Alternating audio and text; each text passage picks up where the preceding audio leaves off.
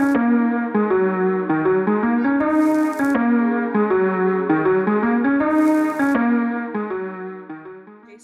at 808-280-4480. All questions will be asked and answered at the end during the Q&A segment. Also, follow us on Instagram at SafeAndAloha. At the top of your screen, there is a button that says View Options. You can open that tab, side mode, or press split screen if it's not already in that format. Make sure you're able to view the panelists on the right and the slides on the left. We will also be doing a mask making segment, so if you would like to participate, please grab an unused t-shirt, a ruler, a pair of scissors, and a permanent marker. Thank you.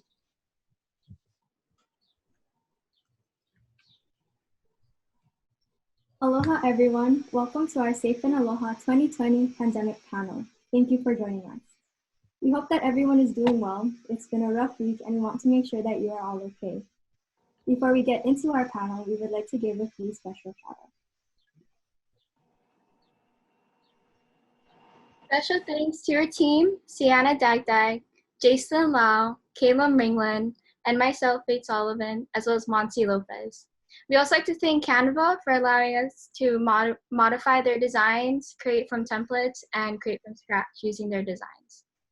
Our teacher, Janice Zamora, who teaches us AP World History and has given us the opportunity for this project, as well as all our supporters, for those who follow us on Instagram or have attended this panel, and we service from College Board, which gave us a reason to start our project.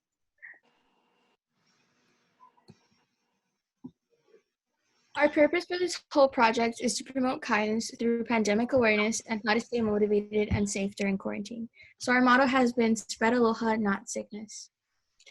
Now to get well acquainted, we would like to introduce ourselves. So hi guys, for those who don't know me, I'm Monse. I'm a panelist and an activity organizer. And a fun fact about me is that during quarantine, one of my favorite hobbies at the moment is watching movies.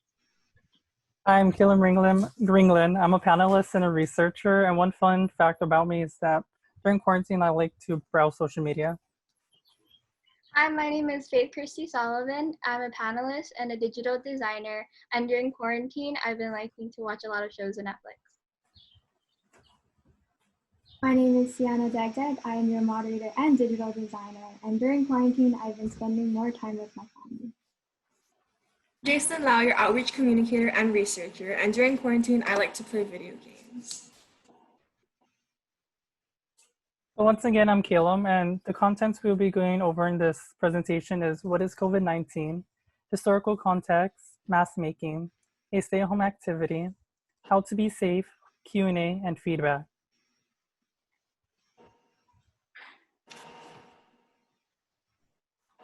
So what is COVID-19? COVID-19 is a respiratory illness caused by a novel or new coronavirus that hasn't been seen in humans before. In COVID-19, CO stands for corona, V for virus, D for disease, 19 for the year 2019, which was first identified in Wuhan, China. So how exactly does it spread? Close contact, which is within 6 feet or 2 arms length with someone who has the virus. Infected through respiratory droplets produced when someone coughs, sneezes, or talks. And then through surfaces contaminated with the virus, and then by touching your mouth, nose, or eyes. So some signs and symptoms are fever or chills, cough, shortness of breath or difficult breathing, fatigue, muscle or body aches, headache, new lost taste or smell, sore throat, congestion or runny nose, nausea or vomiting, and diarrhea. But it's good to know that sometimes someone might be asymptomatic, meaning they may have the virus, but no symptoms may be showing. So if symptoms such as trouble breathing, persistent pain or pressure in chest, new confusion, inability to wake or stay awake, bluish lips or face appear, make sure to seek emergency medical attention.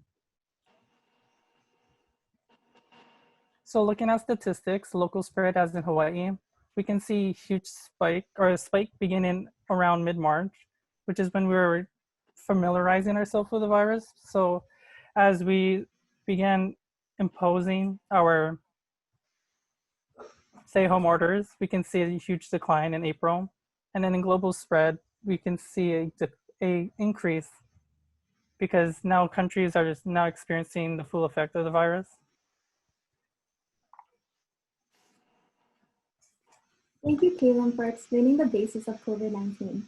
Today, I will be explaining the historical context relating to today's pandemic by explaining 4 major diseases in the past which lead up and connect to COVID-19 today. I'll be giving a brief description of the Black Death, Spanish flu, SARS outbreak, and the swine flu pandemic. Please note that there are other major diseases that have occurred over these centuries, but for the particular reason to make historical connections, these 4 were chosen. Reaching as far back in history to the 14th century, the Black Death, occurring over 1346 to 1353, ravaged several countries, including Europe, Asia, and Africa. Originating as a bacteria found within small animals and their fleas, the plague spread from person to person, along with bites from infected fleas and rats, resulting in more than 50 million casualties. In the years 1918 to 1920, the Spanish flu, or 1918 influenza virus, had been the deadliest pandemic in the 20th century, spreading worldwide with over 500 million infected and more than 20 million deaths. The virus had genes of a suspected avian or bird origin. The spread of the Spanish flu had been through contact with an infected person or the disease itself being highly contagious. As for the SARS outbreak of 2002 to 2003, it was a viral respiratory illness that had been caused by a type of coronavirus. The outbreak was thought to be an animal virus form, which then eventually spread to humans. The transmission of the disease had been from person to person, resulting in over 8,000 cases and 700 deaths. And lastly, the swine flu pandemic of 2009 to 2010 was another human respiratory disease caused by an influenza strain that started in pigs. The virus had been spread worldwide from person to person once again, resulting in deaths estimating from between 151,000 and 575,000 deaths.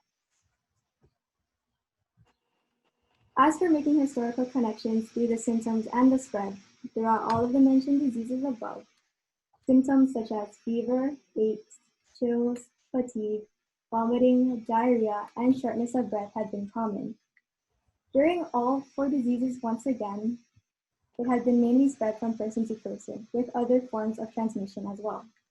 As for precautions taken during the Black Death, Spanish flu, SARS, and the swine flu, quarantine, isolation, and social distancing had been put into effect just as they are today within this pandemic.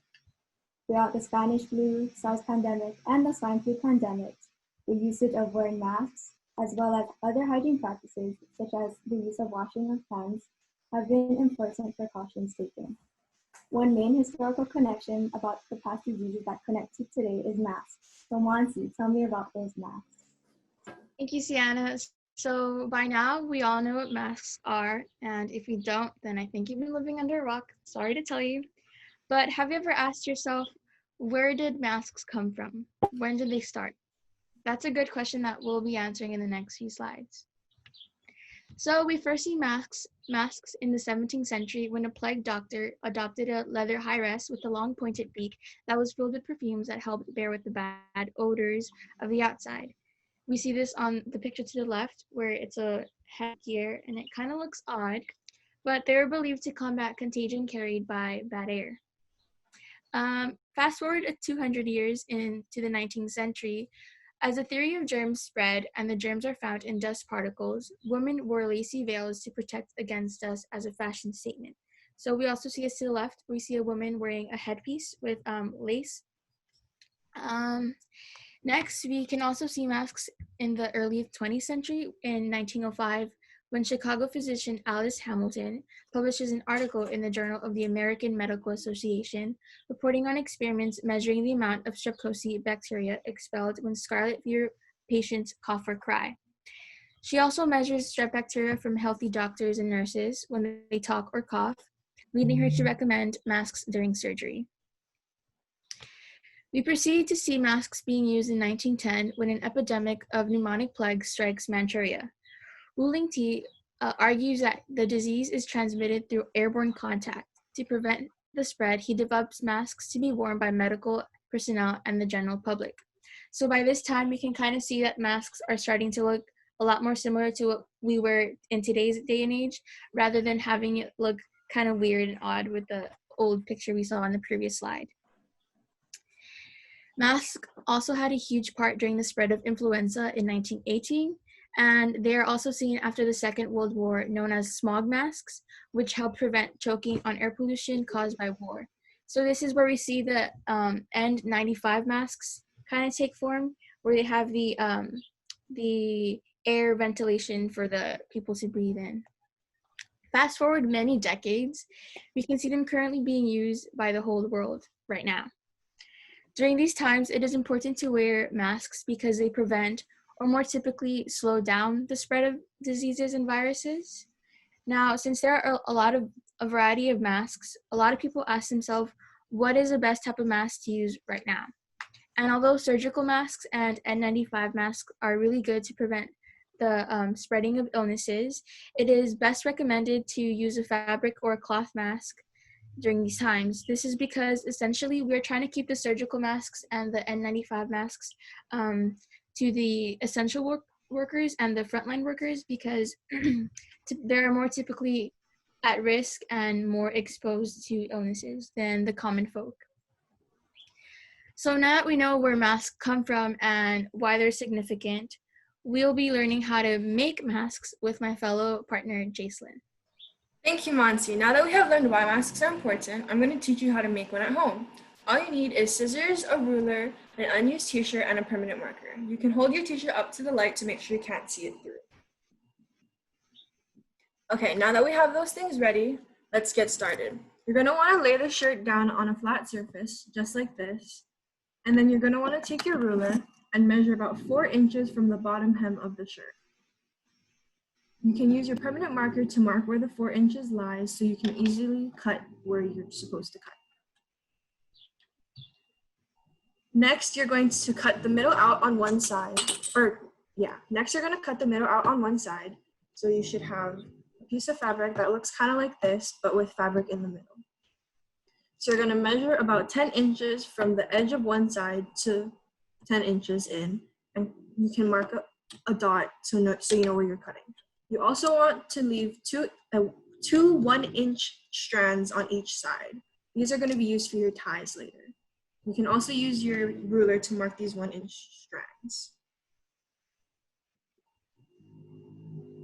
Next, we're going to be cutting the 2 strands down the middle so that we can have 2 pieces that we can tie together. You can also put a coffee filter inside your mask as an extra filter of protection. And lastly, we're going to be tying the mask around our head. So we'll take the 2 top strands and tie them over top just like this. And the 2 bottom strands around your neck. And there we have it, an at-home mask. Another way you can prevent the virus is staying at home, which Faith will be explaining. Thank you, Jacelyn. Staying at home is an essential part of being safe during quarantine and during COVID-19. Staying at home is important to reduce the risk of spreading the virus even more to others. If you live with your family, they should be your most often contact. Stay home to keep them safe too. The Hawaii COVID-19 updates to know, update as of June 2nd, 2020 regarding travel. Governor David Ige has announced the lifting of 14-day quarantine for inter-island travelers starting June 16th. So if you travel to Oahu and you live in Maui, you won't have to experience the 14-day quarantine.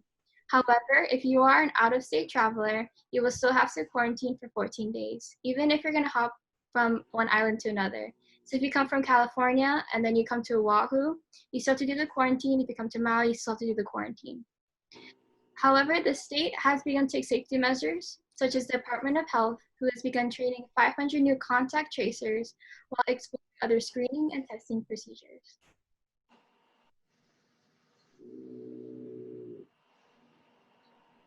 So another COVID-19 update to know is a Hawaii stay-at-home order, or safer at-home order, is extended to the end of June, issued by Governor David Ige. The difference with this is that it is a more flexible reason to leave your home, as shops and stores are not opening. And since most of us are now stuck at home, we find ourselves to become more and more bored each day. Some things that we could do to pass time is find new hobbies or create cute DIY projects. And that brings us to our next slide. A craft activity. So in today's presentation, I'm going to be briefly teaching you how to make a hanging plant holder so you can try at home. First, you're going to need yarn, scissors, and something to measure with. So after you gathered all your supplies, you're going to cut 8 pieces of string that are 19 inches long.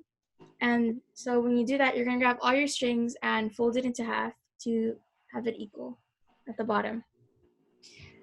When you do that, you're going to grab a smaller piece of yarn and tie it to the top so you can create your little holder for your plant. Next, we're going to section off the strings into 4 sections containing 2 strings in each group. So these are 2 groups. This is one group with 2 strings in it. This is another group with 2 strings in it, and these are the rest. When you do this, you're going to want to go, let's say 3 inches down and tie a knot right there with both strings in it. When you tie the knot, you're going to want to make sure you tight it, pull it really tight so that your DIY doesn't fall apart. You're going to want to do that with all the other groups, and when you're done, your string is going to look like this with all the 4 knots. Make sure you have it leveled, so as best as you can. When you do that, we're going to repeat the same step, but this time, instead of doing it in the same group, we're going to grab a string from 2 different type of groups, like so, to make a little V section. I hope you can see. So you're going to make a knot right there. When you do that to all of the groups, your DIY project is going to start looking like this. So there's like a little triangle form, you can see. And then now when you're done with that, you're just going to grab another piece of string and you're going to tie it at the bottom so that you can hold your pots. Now, I like to use cans because I like to reuse and recycle. So you can put cans, or you can use other things such as pots or glass pots as well. So hopefully you guys enjoyed that little tutorial on how to do a little plant holder.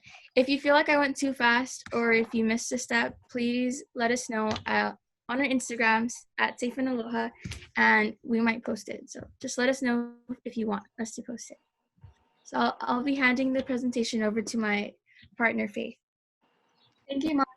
We will also go over something very important, which is social distancing.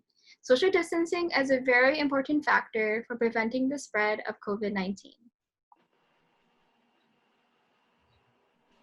According to the CDC, the best effective distance we must stay apart is 6 feet.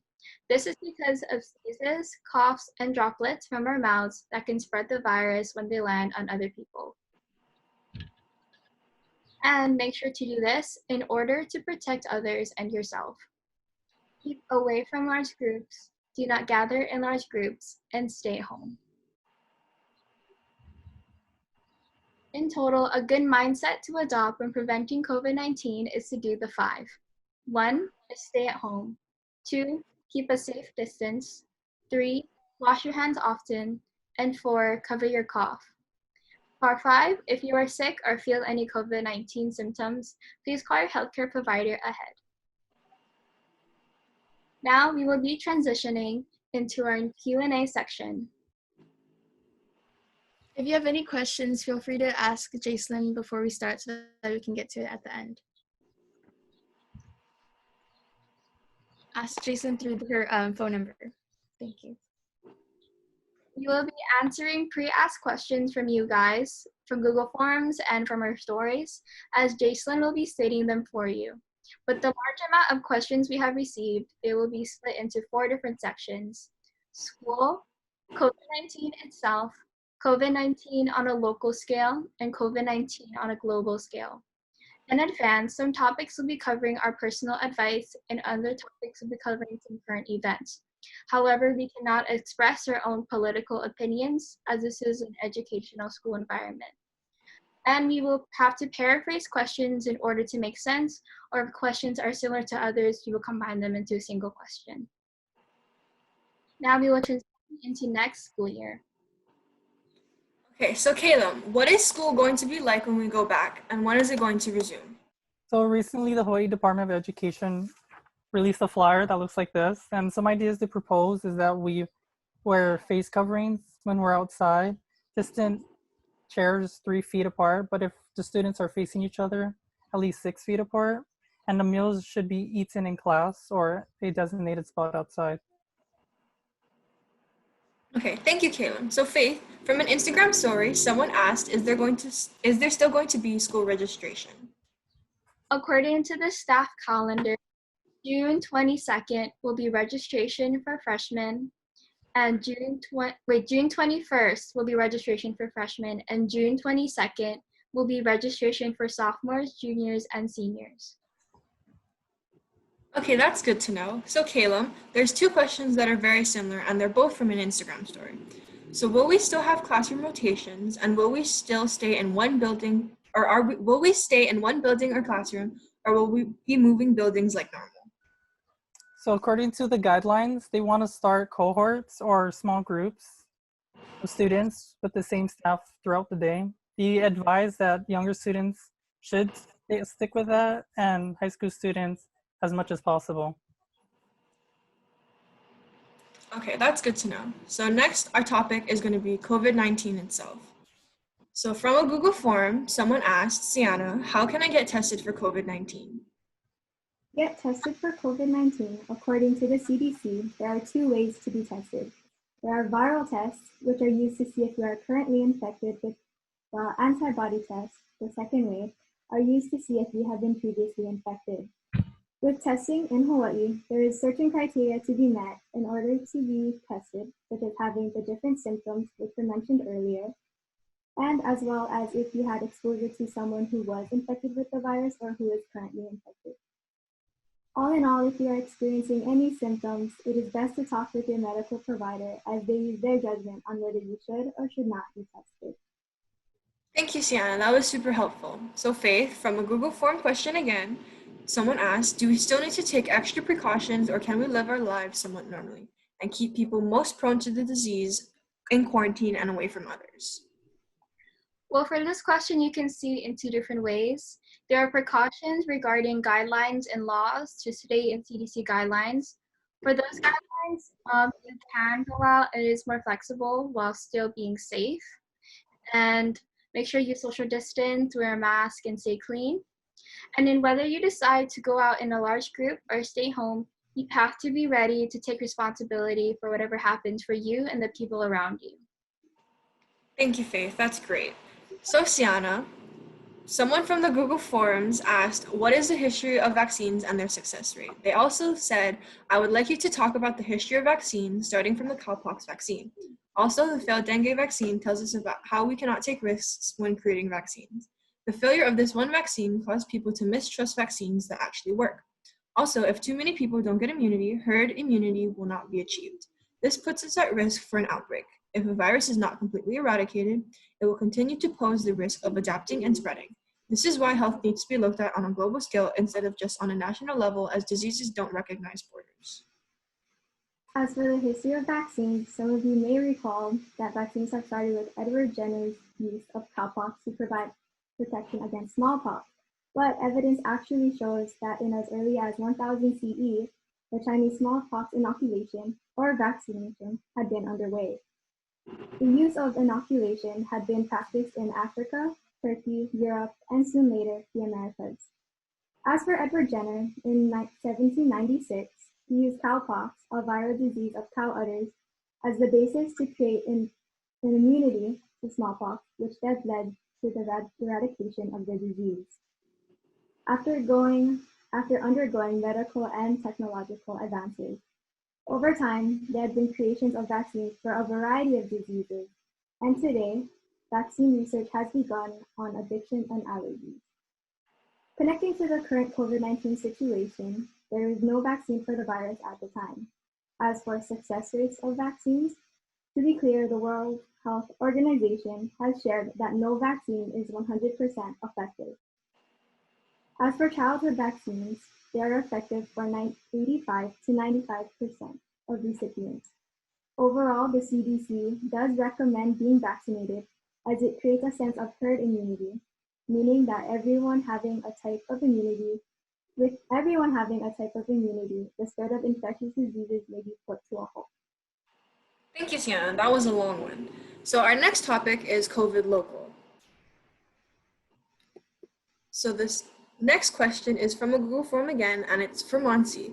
So there haven't been any new cases of COVID-19 on Maui recently, but not everyone is getting tested. Some say that we should stay in quarantine longer to prevent a second wave, while others seem to not care. What is your outlook on the issue? Well, according to the Hawaii COVID19.com site, I saw that just yesterday, the Hawaii Department of Health reported 2 new positive cases. But as we were doing this panel, I just got new information that Hawaii coronavirus cases rose up to like 9 new cases. So a total of 664 cases in the whole state. And compared to other states, that may not look like a lot of people or not necessarily be a huge number. But, you know, we are doing better, I'll say that. But I don't think we should like kind of, bring our guard down. I feel like we should still keep taking precautions and, follow the stay-at-home policies to prevent as much, a much more harsher wave, because it's better to be safer than sorry. Yeah. Okay, thank you, Monse. So this next question is also from you and is in relation to the topic you just talked about. So do you think we should have stricter lockdown protocols and extend the stay-at-home order?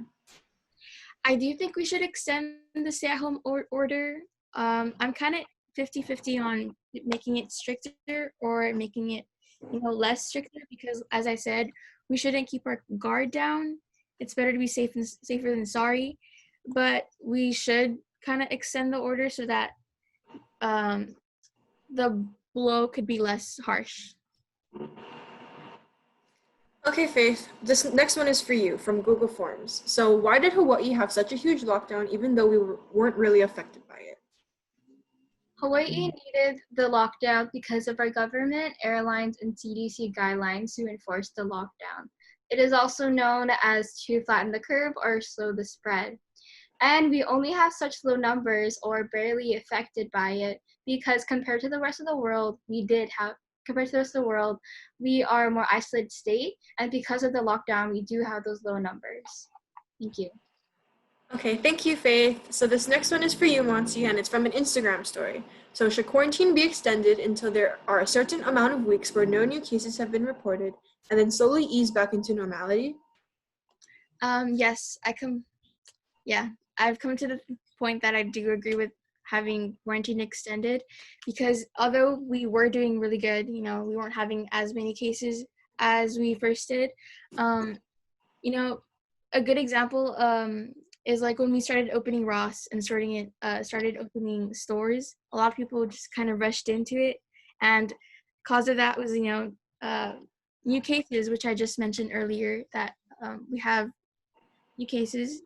And these are the cases that are just being tested. Like, who knows how many other cases we have when people don't go and test themselves. So I strongly believe that staying in quarantine for a longer period will help us spread less. Okay, thank you, Monse, for your input on that. So Faith, this next one's for you from Google Forms. What does this mean for the economy and when will tourism open again? Tourism is actually starting to slowly reopen as restrictions are starting to gradually lift. However, being important to the economy, it will hopefully gain more traction and our economy will get better as more tourists come in. Okay, thank you. So this next topic is COVID global. So Faith, this first one's for you from Google Forms. Did we participate in the Blackout Tuesday in support of the Black Lives Matter movement? If you have been following our Safe in Aloha account on Instagram, you will see that we did participate by halting our Aloha Week posts for greater attention to the Black Lives Matter resources. So Okay, thank you, Faith. So, Monse, how are sports affected by the pandemic? well, when we first started, this whole thing first started, a lot of sports were halted and paused. But now we're slowly easing back into it. Like, for example, I know MMA opened up again recently, but instead of having the audience with like the chairs filled with people, there was like no people there. It was just the fighters, which is kind of odd because you think out of all the sports that they'd be opening, MMA wouldn't be the first because there's a lot of physical contact. But I think after this, there's probably going to be a lot of more precautions and testing, like, testing the players and the athletes before they play, going through a lot of tests. Yeah, but honestly, I don't think we should focus on what's going to happen on sports. We should probably focus on dealing with the problem, which is COVID-19, how to solve the problem rather than trying to focus on the causes and like the things that were affected by it. Okay, that's a good idea. So, Seanna, this one's for you from Google Forms. So, what are other states doing as far as their reopening process, and are we behind? As of today, June 5th, as you can see, there have been multiple openings within our state and across the country. So as for each state in their reopening process, each state has different ways of reopening. So some states allowed some businesses to open while some remain closed, and it all varies within the state. So all in all, the way other states are opening their state is personalized to each and their own. But in terms of if we are behind, if we are behind or not, personally, this does not matter to me. So as our safety during these hard times is one of our state's top priorities. Okay, thank you, Seanna. So, Faith, this one's for you from Google Forms. How can we protest about the Black Lives Matter movement while practicing social distancing? People in other places are gathered in groups with no concern for COVID-19. I believe that we cannot exactly tell people how to protest, especially in the amount of groups they should be in, the amount of people that should protest. But it can be especially hard to socially distance, especially if there's like a large group of people. So I would say even then, do your best to socially distance and wear masks, stay hydrated, and try to prevent physical contact as much as possible. Because while you're protesting, you still want to make sure that you're safe. Okay, Although I would say protesting isn't the only way, like physically protesting isn't the only way to help the cause. You could spread awareness on your social media like we've all been doing, I'm pretty sure. Okay, thank you, Faith and Monse. So this is our last question, and it's for you, Kalem. So did North Korea ever get COVID-19? So if you were to research that, there's no definite answer. So according to the Foreign Policy Research Institute, they say that the North Korean government doesn't claim anything. So I think that's the only thing we can go off of. Okay, thank you, Kalem. And that's all the questions we have. So please fill out the feedback form for the panel, which will be sent out through Gmail. Also, there will be a feedback form about Safe and Aloha on IG. So there will be a link in our bio, and we will also send the form through your Gmails. And if you have any other kinds of questions or statements, email us at safeandaloha@gmail.com, or you can message us on our Instagram.